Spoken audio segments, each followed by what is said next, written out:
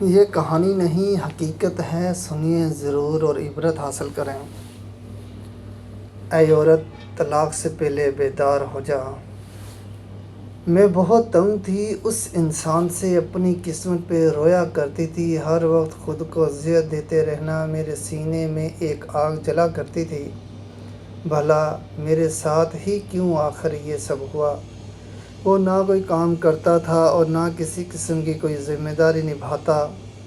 میں اس سے بیزار ہو چکی تھی۔ کہنے کو وہ میرا شوہر تھا، لیکن بس باتوں کی حد تک۔ سارا دن بازار میں دوستوں کے ساتھ بیٹھا رہتا، کبھی تاش کھیل رہا ہوتا تو کبھی گپ شپ لگاتا رہتا۔ میں اس سے جب بھی کوئی کام کرنے کا کہتی تو بس اتنا کہتا، تم کو کھانے کے لیے مل رہا ہے نا، پھر کیا تکلیف ہے تم کو؟ میں اسے سمجھاتی، زندگی میں اور بھی بہت سی ضروریات ہیں، صرف کھانا پینا ہی نہیں۔ ہمارے اب 2 بچے ہو چکے ہیں، یہ کل کو اسکول بھی جائیں گے، ان کے اخراجات ہوں گے، کون کرے گا پورے؟ وہ مسکرانے لگتا، وقت آئے گا، دیکھا جائے گا، تم ابھی سے فکر نہ کرو۔ میں اپنے دوستوں کو دیکھتی، ان کے شوہر نئی موٹر سائیکل، کبھی نیا موبائل، کبھی باہر ڈنر کے لیے جا رہے ہوتے تو کبھی گھر میں کوئی پارٹی کر لیتے، اور ایک میں تھی، 2 وقت کی روٹی بھی مشکل سے مل رہی تھی۔ کبھی جو کچھ پیسے مانگ لوں تو رونا دھونا شروع ہو جاتا۔ میں بہت تنگ تھی، دل چاہتا تھا بچوں کو لے کر خودکشی کر لوں، لیکن کیسے کر سکتی تھی؟ بچوں کی طرف دیکھتی، خاموش ہو جاتی۔ میں اس سے دور ہونے لگی، دل چاہتا تھا اس سے کہیں دور چلی جاؤں۔ جانتے ہو کیوں؟ وہ خود کو سجا سنور کر بھی نہیں رکھتا تھا۔ اس سے سگریٹ، نسوار کی بدبو سی آتی تھی اور مجھے اس بدبو سے نفرت ہونے لگی تھی۔ میں اسے سب چھوڑنے کا کہتی تو میری بات کو جھٹلا دیتا۔ وہ گھر آتا، مجھ سے کھانا مانگتا، میں صاف انکار کر دیتی۔ کھانا نہیں بنایا، تھوڑا سا بناتی بچوں کو اور خود کھا لیتی۔ وہ شاید جانتا تھا میں یہ سب جان بوجھ کر کرتی ہوں۔ میرے پاس بیٹھنے کی کوشش کرتا، اس سے جھگڑنے لگتی، اسے طعنے دیتی، اسے بے عزت کرتی۔ وہ میری طرف دیکھتا، پھر گالی دے کر کہتا، بکواس کرتی رہو، تمہاری عادت ہو چکی ہے۔ جب وہ چلا جاتا میں رونے لگتی، اللہ سے ہزاروں شکوے کرتی، آخر میں ہی کیوں اس جہنم کی حقدار ٹھہری؟ میں تو کوئی گناہ بھی نہیں کیا۔ مجھے کبھی امی کے گھر جانا ہوتا تو اس سے پیسے مانگتی، ہزاروں باتیں سناتا، پھر آخر 1000-2000 نکال کر مجھے دیتا اور کہتا، بہت فضول خرچ ہو گئی ہو تم۔ جب بھی امی کے گھر جانا ہوتا لڑتے جھگڑتے ہی گئی۔ وہاں امی، بہن، بھابھی سب کہتے، پارلر جایا کرو، اپنا خیال رکھا کرو، دیکھو رنگ کتنا پیلا پڑ گیا ہے۔ میں چپ ہو جاتی، آخر کیا بتاتی؟ میرے نصیبوں کو آگ لگانے والا میرا شوہر ہی ہے، جو میری زندگی کو جہنم بنائے ہوئے ہے۔ بڑی بہن کا شوہر دبئی جاب کرتا تھا، وہ اپنی بیوی کے لیے ایپل والا موبائل لے کر آیا۔ آپ ہی مجھے دکھا رہی تھی، دیکھو شہناز، لاکھوں روپے کا موبائل گفٹ کیا ہے تیرے جیجو نے۔ میں حسرت بھری نگاہوں سے دیکھنے لگی، ایک آنسو پلک کو نم کر گیا۔ کاش کبھی مجھ پر بھی یہ ایسے قسمت مہربان ہوتی، کاش اللہ نے میرے بھی نصیب ایسے لکھے ہوتے۔ بچے اب بڑے ہو رہے تھے۔ ایک دن بچوں کی وجہ سے میری جٹھانی اور دیورانی سے جھگڑا ہو گیا۔ جٹھانی نے کافی طعنے دیے، تیرے بچے میرے گھر سے 2 وقت کا کھانا کھاتے ہیں، یہاں رہتے ہیں، اتنے غیرت مند ہو تو اس کو کھلاؤ نا۔ میں بہت روئی تھی، میرا شوہر تو وہ ہے ہی بغیرت۔ جب اکبر گھر آیا، میں نے اسے بتایا، آج گھر میں اتنا تماشا ہوا ہے، یہ انہوں نے طعنے دیے ہیں اور تم بغیرت بن کر گھومتے رہو بس۔ وہ بھائی کے گھر گیا، وہاں سب کے سامنے اور سب کے ساتھ جھگڑنے لگا، میرے بچوں کو گالیاں دینے والے تم کون ہوتے ہو؟ بات جب بڑھی تو میرے شوہر نے ان سے کہا، مجھے الگ کر دو بس۔ گھر میں دیوار کھینچ دی گئی۔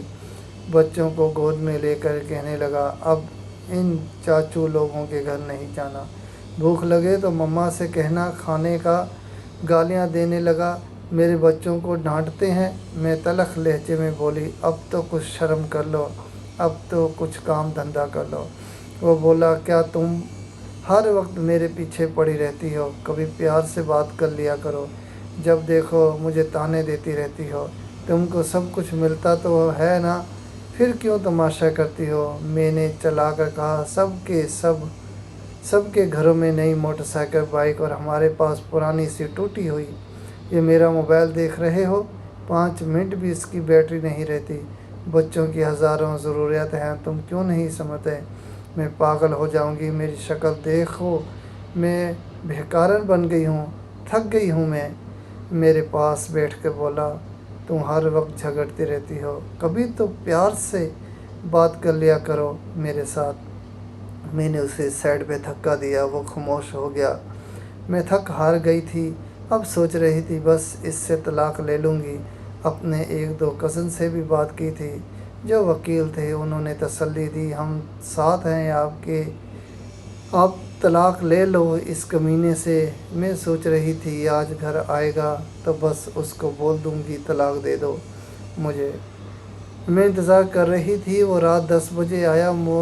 بچے سو رہے تھے، دونوں بچوں کے ماتھے پہ بوسہ کیا، اس کے ہاتھ چومے، پھر چارپائی پہ بیٹھ کے مجھے آواز دی، شہناز مجھے روٹی دے دو۔ میں کروٹ بدلے لیٹی رہی، اس نے پھر آواز دی، شہناز اٹھ جا۔ میں چپ رہی، وہ پاس آیا، مجھے دیکھا، میں نے آنکھیں بند کر لی، مجھ پہ کمبل اوڑھ کر بولا، تھک جاتی ہے سارا دن۔ کچن میں گیا، کھانا دیکھنے لگا، کچھ بھی نہیں تھا کھانے کے لیے۔ ایک پیالی میں نمک مرچ ڈال کر اس میں تھوڑا پانی ملا کر سوکھی روٹی کھانے لگا۔ میں دیکھ رہی تھی، میں دل میں سوچنے لگی، کتا مرتا بھی نہیں ہے۔ کھانا کھا کر سو گیا۔ دوسرے دن صبح ہم کسی بات پر جھگڑنے لگے۔ میں نے اسے کہا، بس مجھے طلاق دے دو، میں اب برداشت نہیں کر سکتی، میں تھک گئی ہوں۔ غصے میں نے اس کے کپڑے بھی پھاڑ دیے۔ وہ طلاق کا نام سنتے ہی چپ ہو گیا، جلدی سے کپڑے چینج کرنے لگا، پھر بائک لی، باہر جانے لگا۔ میں نے چلا کر کہا، اللہ کرے تم مر جائے، میری جان تو چھوٹ جائے تم سے۔ وہ بائک باہر کھڑی کر کے کمرے میں گیا، کسی کاپی پہ کچھ لکھا، پھر چلا گیا۔ میں گالیاں دے رہی تھی، وہ رو رو کر تھک گئی تھی۔ میں اسے بددعا دے رہی تھی۔ میں نے ارادہ کر لیا، بس اب اس انسان کے ساتھ نہیں رہنا۔ 2-4 گھنٹے گزرے اور میں میکے جانے لگی، بچوں کو ساتھ لیا۔ اتنے میں گلی میں ایک شور سا برپا ہوا۔ میں رو رہی تھی، ہمارے دروازے پہ دستک ہوئی، میں نے دروازہ کھولا، پورا گاؤں چارپائی اٹھائے میرے دروازے کے سامنے کھڑا تھا۔ میں حیران تھی، کیا ہوا؟ اتنے میں ایک لڑکا فون پہ بات کر رہا تھا، یار اکبر کا ایکسیڈنٹ ہوا، وہ مر گیا ہے۔ یہ سنتے ہی جیسے مجھ پہ قیامت آ گری۔ میں ساکت ہو گئی، چارپائی صحن میں رکھی گئی، سب لوگ قبر کھودنے کی بات کرنے لگے، کچھ جنازے کا ٹائم دیکھنے لگے۔ مسجد میں اعلان ہونے لگا، اکبر میرے سامنے چارپائی پہ لیٹا ہوا تھا، کون یقین کرے کہ وہ مر چکا ہے؟ میں چیخنے چلانے لگی، اکبر اٹھ جا، میں نہیں کچھ مانگتی، مجھے کچھ نہیں چاہیے، میں طلاق کی بات بھی نہیں کرتی۔ میں اس کے پاؤں چومنے لگی، اکبر اٹھ جا میری جان، اٹھ جا، دیکھ میں کہیں نہیں جا رہی، مجھے تیرے ساتھ ہی رہنا ہے، میں بھوکی پیاسی رہ لوں گی، مجھے یوں چھوڑ کر نہ جا، میں کھانا بنا کر لاتی ہوں، بھوک لگی ہے نا تم کو؟ لیکن اب بہت دیر ہو چکی تھی، اب وہ مجھے چھوڑ کر جا چکا تھا۔ میں چیختی رہی لیکن وہ منو مٹی تلے جا سویا۔ اس کے جانے کے بعد مجھے دنیا کے رنگ نظر آنے لگے، مجھے رشتے بدلتے دکھائی دینے لگے، پھر جو اپنے تھے وہ سب منہ موڑنے لگے، مجھ پہ دنیا نظریں کسنے لگی، بچے بابا ڈھونڈنے لگے، اب کون ان کا نیند میں آ کر ماتھا چومے گا؟ کون مجھے آواز دے گا؟ کون میرے تلخ لہجے برداشت کرے گا؟ مجھ سے مکان چھین لیا گیا، جو حصہ بنتا تھا وہ بھی نہ دیا۔ میں اکبر کے بعد در بدر ٹھوکریں کھانے لگی۔ اب بچے بھی کچھ فرمائش نہیں کرتے، وہ جانتے ہیں بابا اب نہیں رہے، میرے سگے بھائی بھی منہ موڑ گئے۔ میں لوگوں کے گھروں میں نوکرانی بن کر کام کرنے لگی۔ ایک دن